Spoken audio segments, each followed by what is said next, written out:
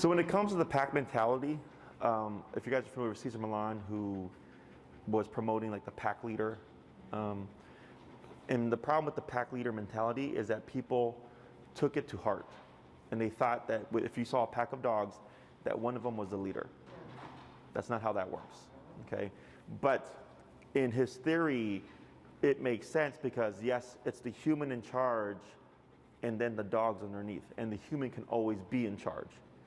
But in the actual world, there is no set dominant figure unless it's like a dictatorship, okay? In the animal world, and even in our world, dominance is very fluid. So let's say you're on the bus.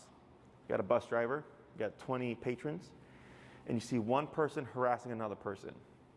Most of the time, nobody does anything, right? And if anybody expects someone to do something, who do you think they're gonna look to? Yeah, but it's not the bus driver's job. The bus driver's job is to drive the bus, okay? So sometimes, if there's a dominant energy, meaning someone who won't allow that to happen, that person steps up. And that could possibly be the bus driver, but that's because that's who that person is, or a patron, right? Or the person that's being assaulted, right? But a lot of times, nobody does anything because they're expecting the authority figure to do it, right? So then we would call the cops or whatever. So in that moment, if we have a person harassing another person and someone steps in, that person becomes dominant energy because they go, I'm going to disagree with this behavior, okay? And let's say they apprehend the person who is harassing the other patron. They call the cops. That person is then dominant in control of the situation, and then the cop comes. Now that person is no longer in control. Control transfers to the cop. Does that make sense? Mm-hmm.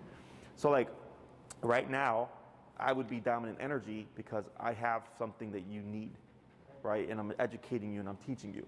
And I believe you said you're a banker, correct? Yes. So then like, let's say my business had banking needs and I went to meet with you, you would then be dominant energy because you have something I need. Yes. And within that meeting, let's say a fire broke out and a firefighter busts in. Now that person's dominant energy. Right. Okay, so it's always transferring, and dominance doesn't always mean forceful or aggressive or anything.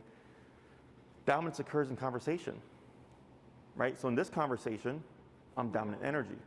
But if this conversation were to switch to a different topic and one that maybe each of you have an expertise in, I would then be the listener, you would then be the educator. Then you become dominant energy. Does that make sense? So in the dog world, it's constant. There has to be someone in control at all times. So when you go out on a walk, just imagine it this way. It's you and Sykes. You would need to be dominant energy because then he doesn't have to be reactive, right? And then you see another person with their dog. Technically, the person is supposed to be dominant energy, but if you see them with no control over their dog and their dog's essentially leading the walk, the dog is technically dominant energy, okay?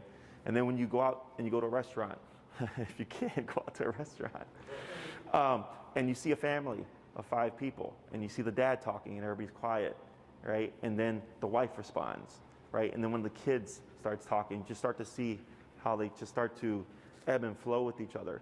That's the exchange of dominance, okay?